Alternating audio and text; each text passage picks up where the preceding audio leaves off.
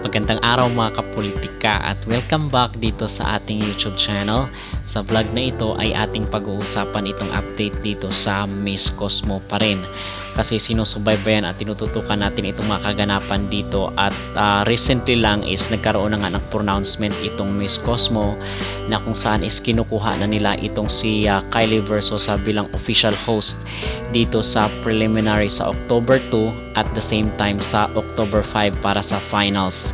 So magbibigay po tayo ng ating reaksyon, ating komento rin dito sa sinasabi ng netizen na kung saan ay baka lang daw kinukuha ng Miss Cosmo yung loob ng mga Pinoy, kasi alam naman natin na ang mga Pinoy ay likas na passionate at talagang yung enthusiasm dito sa mga beauty pageants. So bibigyan natin to ng opinion. Ano ang ating masasabi mga kapolitika? Bago ang lahat ay huwag kalimutang mag-like at mag-subscribe muna kayo dito sa ating YouTube channel para updated kayo sa ating mga latest issue. So recently, nitong nakarang araw is meron ng announcement officially na si Kylie Versosa itong magiging preliminary host dito sa Miss Cosmo at the same time sa finals night. Okay, so sa October 2 yung preliminary and then yung final is sa October 5. So, ang kinuha nila mga kapolitika ay itong si Kylie Versosa, itong 2016 Miss International, kasi si Catriona Gray pala yung gusto kasi doon sa mga comment section, kasi walang nakahulang na si Kylie pala talaga ang kukunin nila, kasi ang pinupush at tinutulak ng mga tao ngayon doon sa comment section nung nag-judge, nagkaroon ng pronouncement itong Miss Cosmo na si Arna Sando, itong isa sa maging judges dito sa nasabing beauty pageant, ay tinutulak rin la si Catriona Gray, itong si Steve Harvey or si Pia Wurtzbach na maging kasali dito sa nasabing competition. Okay, surprisingly, nagkaroon ng pronouncement kasi itong si Kylie Versosa ang kanilang official host, kasi nga si Catriona daw ay merong Miss Universe duty dito, kasi November din yung Miss Universe dito sa Mexico. So baka magkakaroon ng conflict kasi meron na siguro merong mga contract yan sila. Okay, so itong si Kylie Versosa, tayo is napanood natin yung kanyang video at okay naman ang kanyang hosting skills. So okay tayo dito mga kapolitika, approve itong si Kylie Versosa as host dito sa Miss Cosmo sa Vietnam. But on the other hand, meron din namang na mga agam-agam at mga talagang worries ng mga tao, ng mga Pinoy, na kung saan ay baka lang daw kinukuha ng Miss Cosmo yung loob, kung kaya ngayon ay kinukuha itong mga Filipino personality.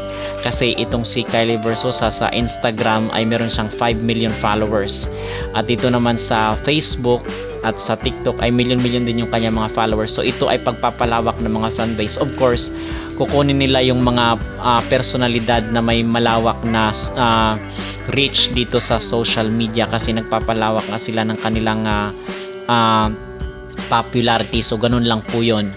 So okay tayo dito at approve tayo. At ano ba yung ating masasabi dito sa mga agam-agam at mga doubts ng mga netizen na baka itong lang daw is, or baka rin ma-impluwensyahan itong Miss Cosmo, na baka sinasabi na dadayain kasi andito yung host na Pinoy, at si Atisa Manalo ay talagang grabe yung suporta ng mga Pinoy sa kanya.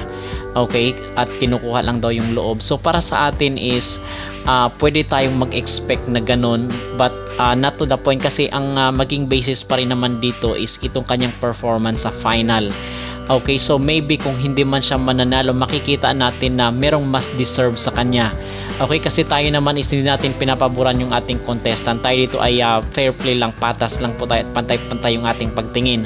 So kung hindi masyadong mag-perform itong si Atisa Manalo, ay nasa mata na yun ng mga Pinoy, at base dun sa ating mga reaction, kasi kung hindi naman niya deserve is bakit naman ibibigay sa kanya, at kung deserve niya naman tapos hindi ibinigay sa kanya, ay yun ang malaking problema dito, kasi gumastos na ng milyon-milyon itong mga Pinoy para dito sa mga botohan, to the point na talagang laging gusto ng mga Pinoy na sa top 1 itong naglalabas ng pera, kumbaga ang mga Pinoy mga kapolitika. Okay, so kung makikita natin na deserve ni Atisa na talagang siya ang magiging kukoronahan dito sa Miss Cosmo, tapos hindi naman siya yung nagwagi, ayun po ang malaking problema dito, na baka sa susunod ay hindi nasusuporta ang mga Pinoy dito sa nasabing beauty pageant. Okay, but kung makikita naman natin na hindi maganda ang performance ni Atisa tapos ibinigay sa iba, so okay lang po yun sa atin, okay? So ang sa atin lang, ang pinopoint out natin dito ay dapat yung manalo ay yung talagang deserve. Okay, hindi lang dapat manalo yung ating pambato dahil napakaraming Pinoy yung nakasuporta. Of course, titingnan pa rin ng mga judges yung kanilang sino ba yung mga nag-i-stand out at sino ba talaga yung magaling doon sa harap ng stage. So yun po yun ang maging basihan mga kapolitika para sa atin at yun ang ating personal na opinion. Okay? So yun so far ang update dito at mga kapolitika, ang number 1 ngayon dito sa National Pride kasi tapos na po yung National Pride kasi ibang kategory na naman ito ng botohan aside doon sa groupings nila na nagkaroon ng stage 1, stage 2 at stage 3 na botohan. Meron ding botohan po itong sa National Pride kasi ang mga Pinoy ay medyo nalilito na raw dito sa sa format ng Miss Cosmo kasi sobrang dami ng botohan na nagaganap kasi sa sinasabi na nga natin na kung saan ay ito ay pambawi dito sa kanilang mga gastos. Okay? At ito yung top 1 pa rin si Tanzania na kung saan ay sinunda ni Thailand, number 2 at number 3 dito ang Philippines, number 4 ang Indonesia at number 5 ang Cambodia. So ito po yung sa National Pride. Okay, so iba rin po yung doon sa stage 1, stage 2 at stage 3. Doon sa stage 1 at stage 2 ay top 1 itong si Atisa at wala pa tayong update dito sa stage 3 mga kapolitika. Okay, but i-update ko rin kayo from time to time.